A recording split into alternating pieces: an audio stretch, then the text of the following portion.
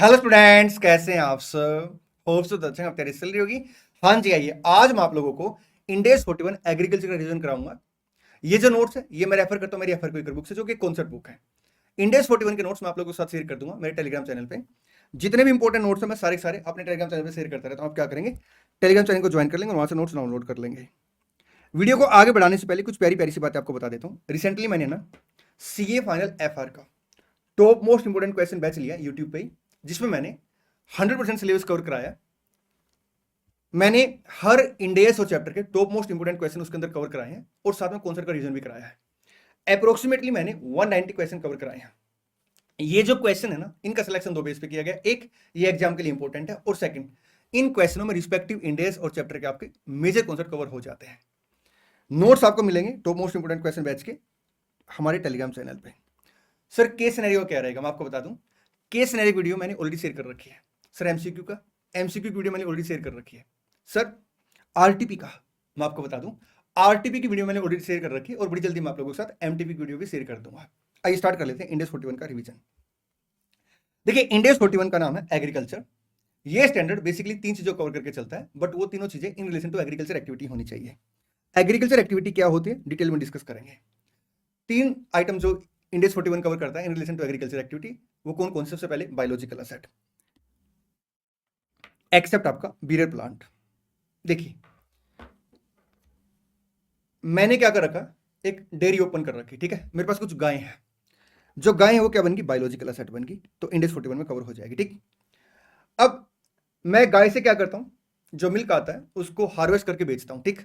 तो eight the point of harvest agriculture produce किसके अंदर कवर होगा, आपका इंडेक्स 41 के अंदर।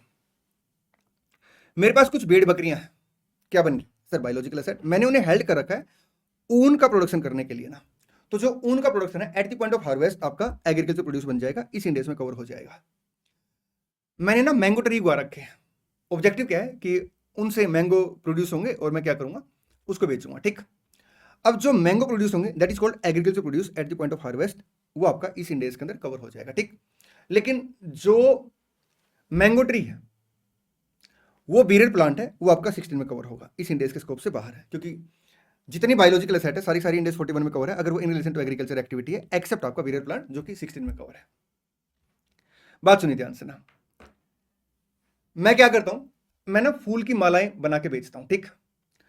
तो अब जो मालाएं बनेगी वो आपका 41 में कवर नहीं होंगी, लेकिन जो मालाओं के लिए मैंने फूल को प्रोड्यूस किया, मैं खुद ही प्रोड्यूस करता हूं, ठीक है, क्योंकि मैं एग्रीकल्चर एक्टिविटी करता हूं। मैं क्या करता हूं, आपका फूल के प्लांट भी लगाता हूं, और वो एनुअल क्रॉप है। तो वो एनुअल क्रॉप है आपका, बीरे प्लांट नहीं बना तो बायोलॉजिकल एसेट बन गई, इसी इंडेक्स के अंदर कवर हो जाएगी। जो फूल का प्रोडक्शन होगा eight the point of harvest तक, वो आपका यहीं पे कवर हो जाएगा, और जो मालाएं हैं वो आपके इंडेक्स 2 में कवर हो जाएंगी, ठीक। गवर्नमेंट ग्रांट अगर in relation to agriculture activity, तो इस इंडेक्स के अंदर ही कवर होंगे। इन तीनों के बारे में और आपका जो स्कोप है इन तीनों के बारे में, और किस किस के ऊपर इंडेक्स 41 अप्लाई नहीं होता, मैं और डिटेल में आपके साथ डिस्कस करूंगा। उससे पहले मैं डिस्कस कर लेता हूं, अगर बायोलॉजिकल एसेट है, agriculture produce at the point of harvest है, तो हम उसे कैसे मेजर करेंगे, उसका अकाउंटिंग ट्रीटमेंट क्या होगा। इनिशियली हम लोग बायोलॉजिकल एसेट को मेजर करेंगे at fair value less cost to cell पे, एक्सेप्ट इन केस जहां पे फेयर वैल्यू रिलायबली मेजर नहीं हो पा रही। अगर मान लो ऐसा केस है जहां पे fair value less cost to sell reliably measure नहीं हो पा रही, तो उस केस में फिर हम लोग क्या करेंगे, बायोलॉजिकल एसेट को कॉस्ट पर रिकॉर्ड कर लेंगे, बट रेयरली ऐसा होगा। अगर कोई भी डिफरेंस आता cost price and fair value less cost to sell में, तो उसे हम कहां लेके जाएंगे, पीएनएल अकाउंट के अंदर। आइए एक एग्जांपल से डिस्कस करते हैं। जैसे मान लो मैंने क्या किया, 1 लाख की बायोलॉजिकल एसेट परचेज की, और 1000 मैंने as a buyer transport cost इनकट किए, और मान लो एक मिनट के लिए बीइंग ए बायर मैंने क्या किया, 2% कमीशन भी पे किया है। तो अल्टीमेट मेरी जो कॉस्ट आई बायोलॉजिकल एसेट को लेकर कितनी आई सर, 1,03,000। अब मैं इसे वैल्यू कैसे करूंगा, इनिशियली कैसे रिकॉर्ड करूंगा सर, आप इनिशियली इसे मेजर करेंगे, रिकॉर्ड करेंगे एट आपका fair value less cost to cell पे 1000 ट्रांसपोर्ट कॉस्ट आएगी और 2000 आपका बीइंग ए सेलर मेरे को कमीशन पे करना पड़ेगा। तो मैं इनिशियली क्या करूंगा, 97,000 पे से रिकॉर्ड करूंगा, जो डिफरेंस होगा 6,000 को, उसे कहां लेके जाऊंगा, पी&एल अकाउंट के अंदर, ठीक। आगे बढ़ते हैं। सब्सिक्वेंटली मैं इसे कैसे मेजर करूंगा, कहता है fair value less cost to cell पे, और जो भी डिफरेंस होगा उसे हम कहां लेके जाएंगे, पी&एल अकाउंट के अंदर। क्योंकि हम इसे वैल्यू करते हैं fair value less cost to cell पे, तो there is no concept of depreciation. अगर मान लो बायोलॉजिकल एसेट के ऊपर मैं कोई एक्सपेंडिचर इंक्रीज करता हूं, तो मैं उसे क्या करूंगा, पी&एल अकाउंट के अंदर लेके जाऊंगा। जो मेरे रूटीन के खर्चे होते हैं ना एग्रीकल्चर एक्टिविटी के, तो उसे मैं क्या करूंगा, पी&एल अकाउंट के अंदर लेके जाऊंगा। जो फेयर वैल्यू से हम कैसे कैलकुलेट करेंगे, कहता है आप इंडिविजुअल बेस पे कैलकुलेट कर सकते हैं, ग्रुप बेस पे कैलकुलेट कर सकते हैं। अगर मैं एंट्री की बात करूं तो इनिशियली हम लोग क्या एंट्री पास करेंगे, अगर मैंने बायोलॉजिकल एसेट को परचेज किया तो biological asset account debit to bank account, आपका at fair value less cost to cell पे बायोलॉजिकल एसेट रिकॉर्ड हो जाएगी और बैंक एट कॉस्ट आ जाएगा, डिफरेंस हम लोग क्या करेंगे पीएनएल अकाउंट के अंदर लेके जाएंगे। अगर बायोलॉजिकल असेट जो है हमने प्रोड्यूस किया अनदर बायोलॉजिकल असेट से तो उसे कैसे रिकॉर्ड करेंगे, उसे इनिशियली रिकॉर्ड करेंगे fair value less cost to cell पे। और अब यहाँ पे जो हमने कॉस्ट इनकर्ड की होगी वो तो हम आइडेंटिफाई नहीं कर सकते कि कितनी इसके ऊपर डायरेक्ट कॉस्ट हमने इनकर्ड की है, इसलिए जितनी भी एक्सपेंडिचर हम इनकर्ड करते हैं हम उसे क्या करते हैं पीएनएल अकाउंट के अंदर लेके जाते हैं। और बायोलॉजिकल असेट को अगर हम दूसरी बायोलॉजिकल असेट से प्रोड्यूस करते हैं तो उसे हम क्या करेंगे fair value less cost to cell पे रिकॉर्ड करते हैं। ठीक, बायोलॉजिकल असेट टू आपका पीएनएल अकाउंट आ जाएगा। फिर से बात सुनना, जैसे मान लो मैंने क्या किया 5 लाख की गाय परचेज की है, ठीक है, और आपका इनिशियली ट्रांसपोर्ट कॉस्ट मैंने 10,000 इनकर्ड की है, तो 5 लाख 10,000 मेरी कॉस्ट आ गई। अब मैं इसे वैल्यू कैसे करूँगा, fair value less cost to cell पे 2% बीइंग ए सेलर मान लो मेरे को कमीशन पे करना पड़ेगा और 10,000 ट्रांसपोर्ट कॉस्ट आएगी, तो 5 लाख माइनस 2% 490 माइनस 10,000, तो मैं इसे इनिशियली 480 पर रिकॉर्ड करूंगा। ठीक, 30,000 का डिफरेंस कहाँ जाएगा पीएनएल अकाउंट के अंदर। अब गाय को मेंटेन करने के लिए मैं क्या करूंगा रूटीन में एक्सपेंडिचर इनकर्ड करूंगा, तो वो जो मेरे एक्सपेंडिचर इनकर्ड होंगे एग्रीकल्चर एक्टिविटी के उसे मैं क्या करूंगा पीएनएल अकाउंट के अंदर चार्ज कर लूंगा। ठीक, और गाय से जब मैं मिल्क हार्वेस्ट करूंगा, ठीक है, या अनदर बायोलॉजिकल असेट आएगी तो मैं उसे रिकॉर्ड करूंगा इनिशियली किस पे फेयर वैल्यू लेस आपका कॉस्ट टू सेल पे थ्रू पीएनएल अकाउंट। सब्सिक्वेंटली जब हम लोग इसे वैल्यू करते हैं तो जो भी डिफरेंस होता है आपका पीएनएल अकाउंट के अंदर चला जाएगा। मीन सब्सिक्वेंटली हम इसे वैल्यू करते हैं fair value less cost to cell पे। अगर बायोलॉजिकल एसेट को हमने सेल कर दिया तो उसके इसमें क्या एंट्री पास करेंगे bank account debit to revenue account, ठीक है, और कॉस्ट ऑफ सेल टू आपका बायोलॉजिकल एसेट, और कॉस्ट ऑफ सेल को हम पीएनएल अकाउंट में चार्ज कर लेंगे। यहाँ पे एक बात का ध्यान रखेंगे कि हमारा इंस्टीट्यूट कई जगह क्या करता है, जब बायोलॉजिकल एसेट को हम सेल करते हैं ना तो पहले उसे वो रिवैल्यू कर लेता है और रिवैल्यू करके डिफरेंस कहाँ लेके जाता है पीएनएल अकाउंट के अंदर। ठीक, चले, हाँ जी, आइए आगे बढ़ते हैं। अब बात करते हैं गवर्नमेंट ग्रांट की अकाउंटिंग की। देखिए गवर्नमेंट ग्रांट के अकाउंटिंग के लिए अगर वो in relation to agriculture activities Ind 41 ये कहता है कि आप चेक करेंगे कि क्या उसके रिलेशन में कोई कंडीशन आपने क्वालिफाई करनी या नहीं करनी, कोई कंडीशन पूरी नहीं करनी तो आप इमीडिएटली पीएनएल अकाउंट के अंदर लेके जाएंगे। अगर उसके साथ कंडीशन अटैच है तो आप क्या करेंगे, आप ना गवर्नमेंट ग्रांट को एज ए लायबिलिटी रिकॉर्ड करेंगे और इनकम तब रिकॉर्ड करेंगे जब सारी की सारी कंडीशन पूरी हो जाए। यहां पे मैं आपको बताना चाहता हूं कि इंडेस 20 क्या कहता है, इंडेस 20 ये कहता है कि आप क्या करेंगे गवर्नमेंट ग्रांट को as a income over a period record करेंगे। जैसे मान लो हमें एक गवर्नमेंट ग्रांट मिली, ठीक है, और हम जो कंडीशन है वो 5 साल में पूरी करेंगे, तो इंडेस 20 के अकॉर्डिंग हम लोग क्या करेंगे उसे over a period of 5 year income record कर लेंगे। ठीक है, बाकी डिटेल डिस्कशन हम इंडेस 20 में करेंगे। लेकिन अगर वही गवर्नमेंट ग्रांट आपका in relation to agriculture activity except in case of bearer plant, क्योंकि बीयर प्लांट से रिलेशन में अगर गवर्नमेंट ग्रांट है तो वो भी आपका 20 में कवर हो जाएगी, तो उस केस में हम क्या करेंगे इसे over the period income record ना करके ऑल कंडीशन कंप्लीट होने के बाद एज ए इनकम रिकॉर्ड करेंगे। इसका रीजन ये है कि गवर्नमेंट क्या करती है, मान लो किसी एग्रीकल्चर एक्टिविटी को आपका डेवलप करना चाहती है तो गवर्नमेंट का टारगेट होता है कि ये 5 साल तक कंप्लीट हो, ये 5 साल तक कंटिन्यू, बल्कि मैं से बोलूंगा 5 साल के अंदर कंप्लीट और 5 साल तक कंटिन्यू। अब जब तक वो कंप्लीट नहीं होगी एग्रीकल्चर एक्टिविटी तो हम उसे एज ए इनकम रिकॉर्ड नहीं करेंगे, क्योंकि गवर्नमेंट जो ये ग्रांट देती है वो एक ऑब्जेक्टिव के तहत देती है। इसलिए यहाँ पे स्पेशल कंडीशन ये है कि जब सारी कंडीशन क्वालिफाई हो जाएंगी तब आप क्या करेंगे, तब आप गवर्नमेंट ग्रांट को एज ए इनकम रिकॉर्ड करेंगे in relation to agriculture activity. ठीक, आइए अब हम क्या करेंगे, अब हम डिटेल में डिस्कस करेंगे जो आपका कॉन्सेप्ट है कि इंडेस 41 किस किस के ऊपर अप्लाई होता है। देखिए आप पेज नंबर 2 पे आएंगे, diagram presentation of scope of Ind AS 41। इंडेस 41 3 चीजों कवर करके चलेगा, प्रोवाइडेड वो इन रिलेशन टू आपका एग्रीकल्चर एक्टिविटी हो। ठीक, एग्रीकल्चर एक्टिविटी की डेफिनेशन में थोड़ी देर के बाद डिस्कस करूंगा। सबसे पहले कहता है बायोलॉजिकल एसेट। देखिए बायोलॉजिकल एसेट का मतलब होता है living plant and living animal. अब जो लिविंग प्लांट है वो दो हो सकते हैं, आपका बीरियर प्लांट हो सकता है, कंज्यूमेबल आइटम हो सकती है। तो जो बीरियर प्लांट आपका 16 में कवर हो जाएगा, लेकिन जो कंज्यूमेबल आइटम आपकी 41 में कवर होगी। ठीक, ऐसे लिविंग एनिमल में दो एनिमल हो सकते हैं, एक आपका बीरियर एनिमल, एक आपका कंज्यूमेबल आइटम। जो बीरियर एनिमल है वो भी और आपका कंज्यूमेबल आइटम भी दोनों 41 में कवर होंगी।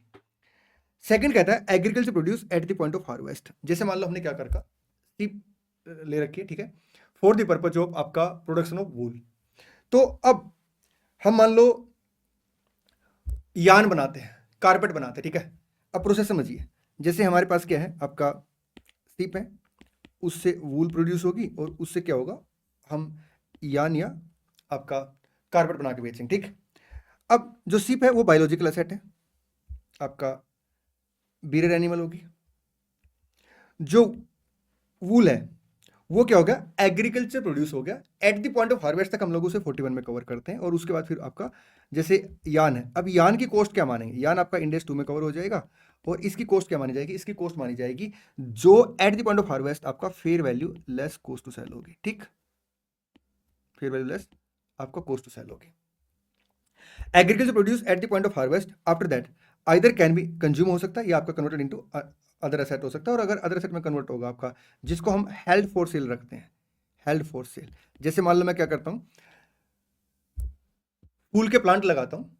अब जो प्लांट है वो आपका एनुअल क्रॉप हो गया, बीरे प्लांट नहीं, क्योंकि बीरे प्लांट में एक एक्सेप्शन है कि एनुअल क्रॉप कवर नहीं है, ठीक। तो 41 उसके ऊपर अप्लाई हो जाएगा। अब मैं उससे क्या करता हूँ, उससे मैं आपका जो फ्लावर है वो प्रोड्यूस करता हूँ। अब eight the point of harvest जो फ्लावर होगा वो आपका एग्रीकल्चर प्रोड्यूस बन गया, और उसके बाद जो मैं मालाएं बना के बेचूंगा वो आपका इंडेक्स 2 के अंदर कवर हो जाएगा। और माला की कॉस्ट में जो फूल की कॉस्ट है वो कितनी मानी जाएगी, कहता है at the point of harvest जो फूल की fair value less cost to sell, ठीक।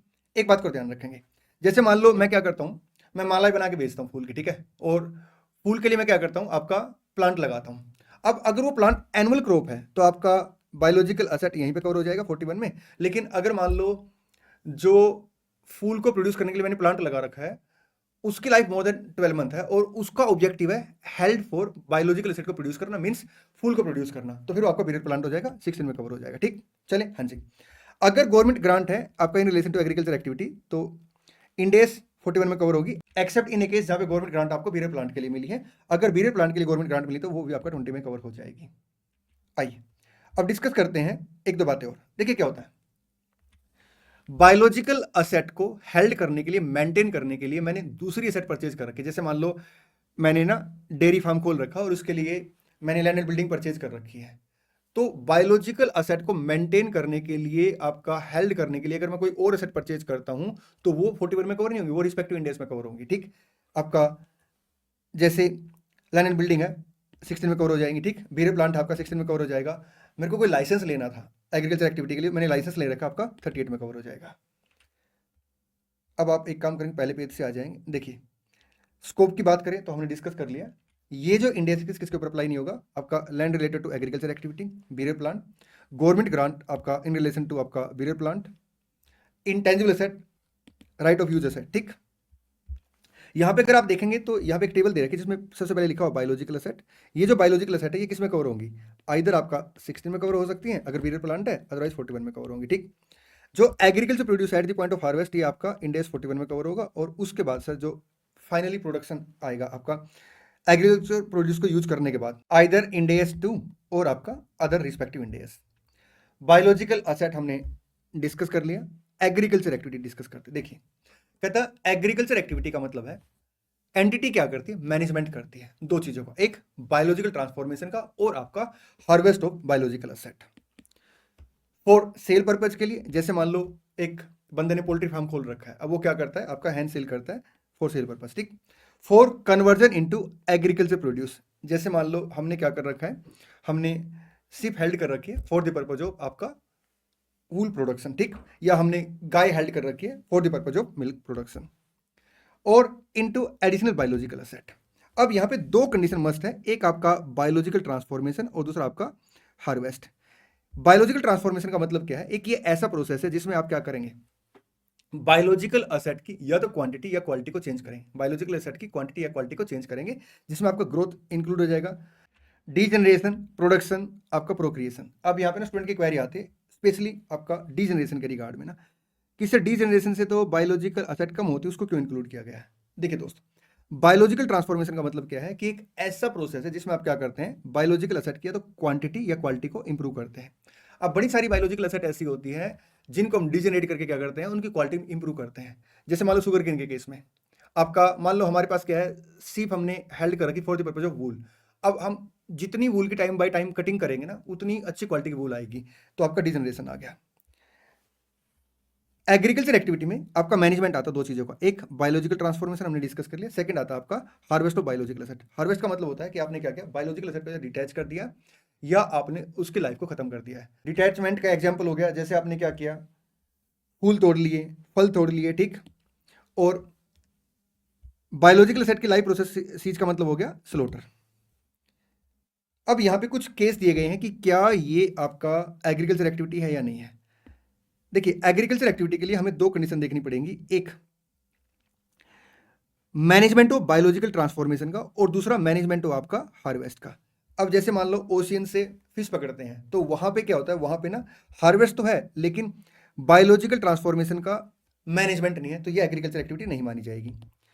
जैसे मान लो एक कंपनी क्या करती है, सिक्योरिटी के लिए डॉग रखती है, तो वहां पे मैनेजमेंट तो करती वो बायोलॉजिकल ट्रांसफॉर्मेशन का, लेकिन हार्वेस्ट नहीं होती बायोलॉजिकल एसेट, तो वो भी यहां से बाहर हो जाएगी। ठीक, अगर एंटिटी क्या करती है, सेल और बैक्टीरिया वायरस को आपका डेवलप करती है रिसर्च पर्पज के लिए, तो वो एग्रीकल्चर एक्टिविटी नहीं मानी जाएगी, क्योंकि ना तो यहाँ पे सेल पर्पज है, ना आपका एग्रीकल्चर प्रोड्यूस में कन्वर्जन है, ना ही आपका एडिशनल बायोलॉजिकल एसेट है। लेकिन हाँ, अगर मान लो डेयरी प्रोडक्ट के लिए वो उन्हें डेवलप कर रही है या सेल पर्पज के लिए डेवलप कर रही है सेल और बैक्टीरिया वायरस को, तो आपका इंडेक्स 41 में कवर हो जाएंगे। ठीक, आइए आगे बढ़ते हैं। बीयर प्लांट वो लिविंग प्लांट है जो 3 कंडीशन पूरी करता है। सबसे पहली कंडीशन क्या है कि हम उसे यूज करेंगे प्रोडक्शन और सप्लाई ऑफ एग्रीकल्चर प्रोड्यूस के लिए। एक्सपेक्टेड है कि उसकी लाइफ मोर देन आपका 12 मंथ होगी, मोर देन 1 पीरियड मतलब 12 मंथ, और रिमोट लाइकलीहुड है कि हम उसे आपका सेल करेंगे except for incidental scrap sale. ये आप एग्जांपल पर लेना। बायोलॉजिकल असेट को हम कब रिकॉर्ड करेंगे, कहता है आप तब रिकॉर्ड करेंगे जब 3 कंडीशन क्वालिफाई हो जाएंगी। अगर आप बाकी असेट के इंडेक्स देखेंगे ना, तो वहां पे रिकॉग्निशन के लिए 2 कंडीशन पूरी करनी होती है। एक, फ्यूचर में आपको बेनिफिट मिलेंगे, और सेकंड, जो असेट के ऊपर आपने कॉस्ट इनकर्ड किया उसको आप रिलायबली मेजर कर पा रहे हैं। यहाँ पे थर्ड कंडीशन डाल दी है कि आप असेट को क्या कर रहे हो, कंट्रोल कर रहे हो। तो तीनों कंडीशन कौन कौन सी आएगी, पहली आप असेट को कंट्रोल कर रहे हो, सेकंड आपको फ्यूचर में बेनिफिट मिलेंगे, और थर्ड आप उसकी कॉस्ट को रिलायबली मेजर कर पा रहे हैं। लेकिन इंडेक्स 41 में वैल्यू कैसे करते हैं, fair value less cost to cell पे, तो कहता है आप फेयर वैल्यू को क्या करें, रिलायबली मेजर कर पा रहे हैं। हाँ, एक्सेप्ट इन ए केस जहां पे आप फेयर वैल्यू रिलायबली मेजर नहीं कर पा रहे हैं, हम लोग उस केस में क्या करते हैं, बायोलॉजिकल एसेट को कॉस्ट पे रिकॉर्ड करते हैं। तो यहाँ पे दोनों वर्ड आ गए, फेयर वैल्यू और कॉस्ट। ठीक, देखिए क्या होता है, बात सुनिए ध्यान से ना। बायोलॉजिकल एसेट को हम इनिशियली कैसे रिकॉर्ड करेंगे sir, fair value less cost to cell पे, और जो हमने कॉस्ट इनकर्ड किया है अगर हमने उसको परचेज किया तो जो डिफरेंस है P&L अकाउंट में चला जाएगा। एक बात का क्वेश्चन हम ध्यान रखेंगे कि कई बार क्वेश्चन क्या करता है, बायर कमीशन पे नहीं करता। अगर बायर कमीशन पे नहीं करता तो उस केस में फिर आपकी जो कॉस्ट आएगी वो 1,01,000 आएगी इस एग्जांपल में, और जो डिफरेंस है वो 4,000 का आएगा P&L अकाउंट के अंदर। ठीक, बात सुनिए ध्यान से ना। मेरे पास एक बायोलॉजिकल एसेट थी 1 अप्रैल आपका 25 को, 31 मार्च 26 मेरा अकाउंटिंग ईयर एंड है। ठीक, मेरे पास यहाँ पे जो बायोलॉजिकल एसेट थी उसकी लाइफ 4 ईयर थी और उसकी फेयर वैल्यू 1 लाख थी। अब यहाँ पे लाइफ कितनी हो जाएगी सर, 5 ईयर हो जाएगी, और मान लो उसकी फेयर वैल्यू 150 है। तो ये चेंज इन फेयर वैल्यू है। कहता है जो change in fair value of the biological asset है उसे आप क्या करेंगे, उसे आप अलग अलग दिखाएंगे। एक, कितना चेंज आपका फिजिकल चेंज की वजह से है, प्राइस में चेंज, मतलब फेयर वैल्यू में चेंज, और दूसरा आपका कितना चेंज प्राइस की वजह से है। अब इसको हम कैसे अलग अलग आइडेंटिफाई करेंगे, जैसे यहाँ पे अगर 4 ईयर की बायोलॉजिकल एसेट है उसकी फेयर वैल्यू कितनी है, सो उसकी फेयर वैल्यू मान लो 130 है, तो 30,000 का जो चेंज आया वो प्राइस में चेंज आया है, और फिजिकल चेंज की वजह से चेंज कितना आपका 20,000 का चेंज आया है। ठीक, ये लिखा हुआ कि आप क्या करेंगे, जो फेयर वैल्यू बायोलॉजिकल एसेट में चेंज आया है उसे आप अलग अलग दिखाएंगे, प्राइस चेंज की वजह से कितना, फिजिकल चेंज की वजह से कितना। ठीक, आइए अब बात करते हैं डिस्क्लोजर रिक्वायरमेंट की। आपको कुछ चीजें डिस्क्लोज करनी। एक, बायोलॉजिकल एसेट की डिस्क्रिप्शन और उसकी एक्टिविटी। आपको गेन और लॉस जो आपने रिकॉग्नाइज किया बायोलॉजिकल एसेट के ऊपर उसको डिस्क्लोज करना। आप क्या करेंगे, रिकंसिलिएशन स्टेटमेंट बनाएंगे बायोलॉजिकल एसेट के रिगार्ड में, जिसमें आपका ओपनिंग बैलेंस आ जाएगा, क्लोजिंग बैलेंस आ जाएगा, और इन बिटवीन जितने भी आपकी मूवमेंट है, मूवमेंट किस वजह से आ सकती है, फेयर वैल्यू आपका चेंज की वजह से आ सकती है, आपने असेट परचेज की है, आपने असेट को बायोलॉजिकल एसेट को हेल्ड फॉर सेल क्लासीफाई कर दिया है, हार्वेस्ट की वजह से बायोलॉजिकल एसेट डिक्रीज हो गई है, बिजनेस कॉम्बिनेशन की वजह से इंक्रीज हो गई है, फॉरेन एक्सचेंज डिफरेंस की वजह से सर चेंज आया, या कोई अदर चेंजेस है। ठीक, अगर बायोलॉजिकल एसेट पे कोई रिस्ट्रिक्शन है तो आप बताएंगे restricted asset commitment and risk management strategy. ठीक, बायोलॉजिकल एसेट को आप मेजर कैसे करेंगे, फेयर वैल्यू कॉस्ट सेल पे, एक्सेप्ट इन ए केस जहां पे फेयर वैल्यू आपकी रिलायबली मेजर नहीं हो पाई, उस केस में हम उसे क्या करते हैं, कॉस्ट पे मेजर करते हैं। तो अगर आपने बायोलॉजिकल एसेट को कॉस्ट पे मेजर किया है तो उस केस में आपको क्या करना पड़ेगा, कुछ और भी डिस्क्लोजर देने पड़ेंगे। सबसे पहले उन बायोलॉजिकल एसेट की डिस्क्रिप्शन बतानी पड़ेगी, आपको एक्सप्लेनेशन देनी पड़ेगी कि आपने इन्हें फेयर वैल्यू रिलायबली मेजर क्यों नहीं किया, मतलब क्यों नहीं कर पाए। ठीक, आप रेंज बताएंगे एस्टिमेट की जहां पे आपका fair value highly likely to lie है।